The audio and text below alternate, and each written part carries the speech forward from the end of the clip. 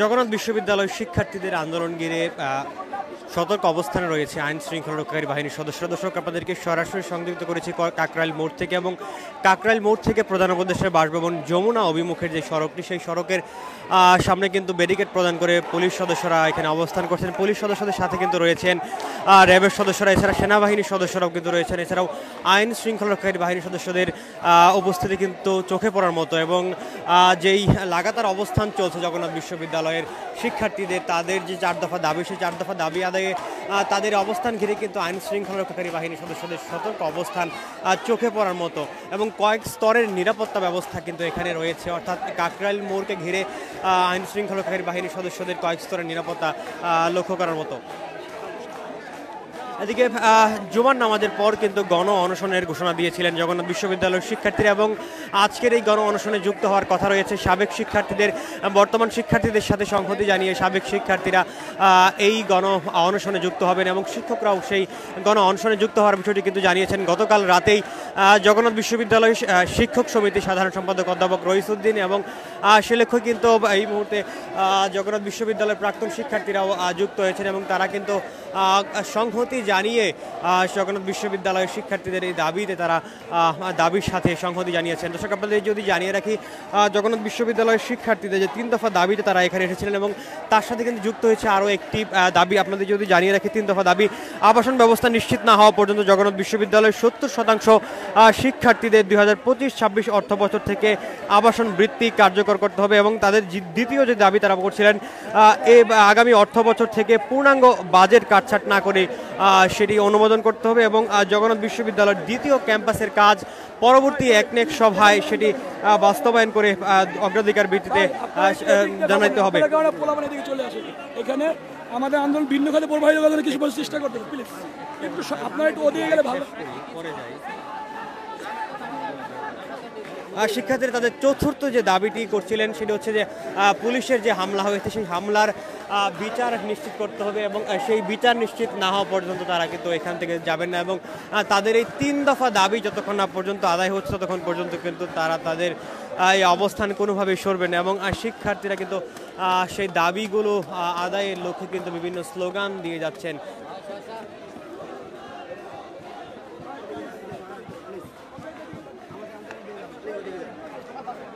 একটু কথা বলতে আপনাদের গণ অনশন করার কথা ছিল, একটু জানাবেন আপনাদের গণ অনশনের। আমাদের গণ অনশন আশা করি 3টা থেকে শুরু হবে। আমাদের সাবেকরা আসতেছেন, তারা আসার পরেই আমরা শুরু করবো। আপনাদের তো 4 দফা দাবি, 1 দফা বাড়িয়েছে। শিক্ষকদের উপর আপনারা বলছিলেন আপনাদের শিক্ষকদের উপরে নির্যাতন করা হয়েছে। আসলে আমাদের তো শান্তিপূর্ণ কর্মসূচি ছিল 3 দফা। যখন শান্তিপূর্ণ কর্মসূচি তারা এসে আমাদের টেয়ারশেল, লাঠিচার্জ, জলকামান নিক্ষেপ করে আমাদের শিক্ষার্থীদের উপর, শুধু না আমাদের শিক্ষকদের উপরেও। সেই কারণে নৈতিক জায়গা থেকেই আমাদের দাবি আসতেই পারে যে আমরা সেই চিহ্নিত পুলিশ সন্ত্রাসী যারা নির্দেশদাতা তাদের বিচার চাই।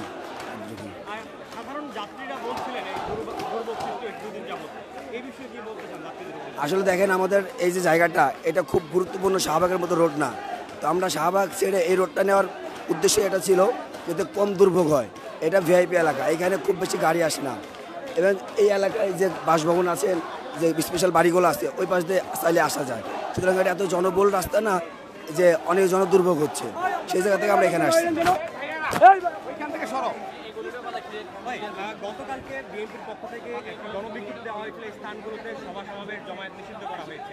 এই বিষয়টি কিন্তু আপনারা অবস্থান করছেন, আপনারা কি আইনের লঙ্ঘন করছেন না?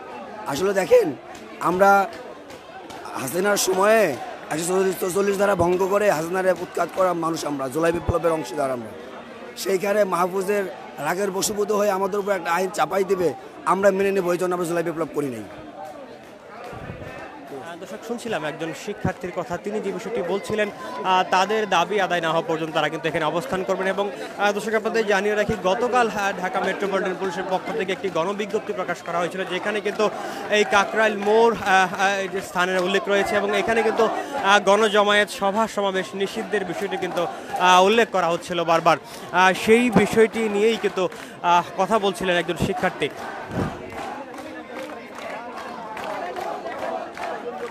সহযোগিতা করতে।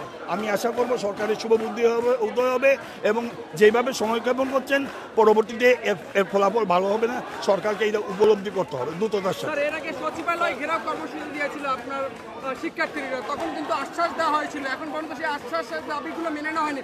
ব্যর্থতা কোথায় বলে মনে করছেন আপনি? সচিবালয়ে ঘেরাওয়ের পরে সুস্পষ্টভাবে যে সিদ্ধান্ত হয়েছিল, লিখিত সিদ্ধান্ত আমাদের কাছে এখন আছে যে বাজেট বৃদ্ধি করা হবে, সেটি করা হয়নি।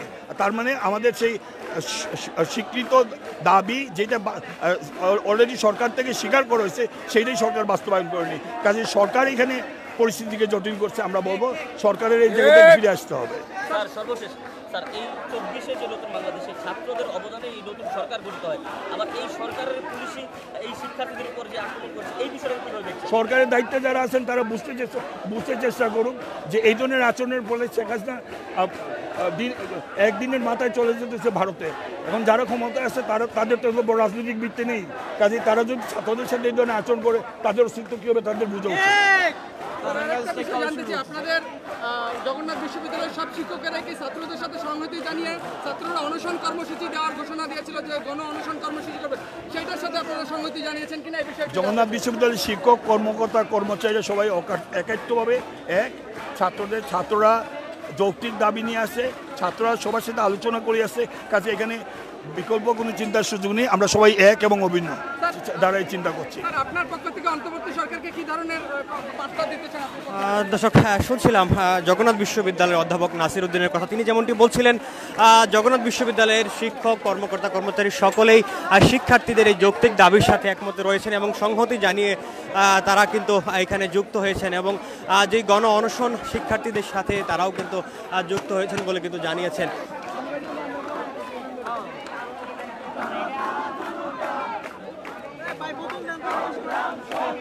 ভাই বোতল কই বোতল?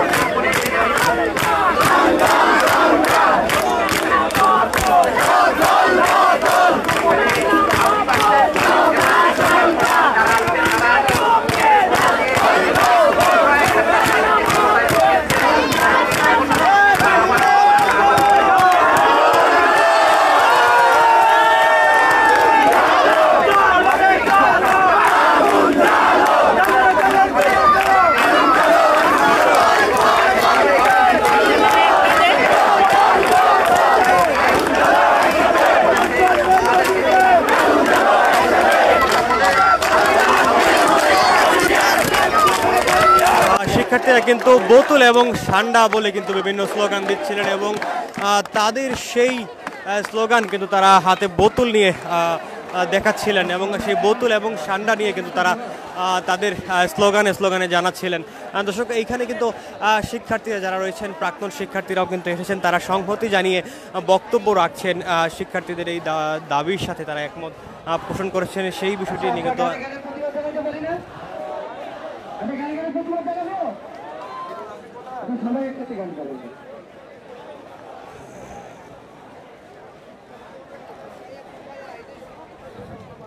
দর্শক, 4 দফা দাবিতে কিন্তু দুদিন যাবত এখানে অবস্থান করছেন, অর্থাৎ কাকরাইল মোড়ে অবস্থান নিয়েছেন জগন্নাথ বিশ্ববিদ্যালয়ের শিক্ষার্থীরা এবং শিক্ষার্থীদের 3 দফা দাবিতে তারা এসেছিলেন এই প্রধান উপদেষ্টার বাসভবন যমুনার সামনে। তবে মৎস্য ভবনের যে পুলিশের ব্যারিকেড রয়েছে সেই ব্যারিকেড শেষ করার পর কিন্তু তারা ব্যারিকেড ভেঙে আসার পর পুলিশ শিক্ষার্থীদেরকে ছত্রভঙ্গ করতে টিয়ার গ্যাস নিক্ষেপ করেছিল এবং শিক্ষার্থীরা বলছিলেন তাদের উপর পুলিশ লাঠিচার্জ করেছিল, যাতে বেশ কয়েকজন শিক্ষার্থী আহত হয়েছেন এবং তারা বলছিলেন অর্ধশতাধিক শিক্ষার্থী পুলিশের এই হামলায় আহত হয়েছেন।